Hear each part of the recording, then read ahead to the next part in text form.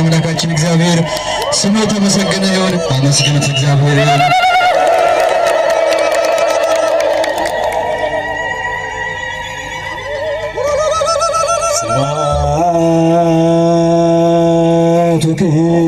ለስሉስ ቅዱስ